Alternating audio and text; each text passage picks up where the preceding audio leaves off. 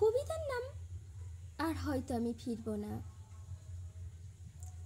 ভালো থেকো প্রিয় আমার, আমি রেখে গেলাম আমার কিছু স্মৃতি তোমার ঘরের চৌকাঠে।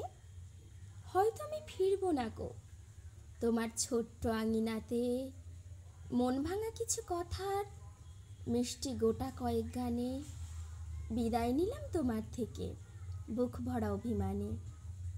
জানালার ওই পাশটাতে কিছু সাজের জিনিস, আলতা, শিশু, পানির বাটা সযত্নে তুলে রেখো। যদি কেউ আসে জীবনে তাকে না হয় উপহার হিসেবে দিও। রেখে গেলাম পায়ের নূপুর আর আঁচলের চাবি, পিছন ফিরে আর দেখার নেই, আর থাকলো না কোনো দাবি। কবিতা লিখতে খুব ভালোবাসতাম,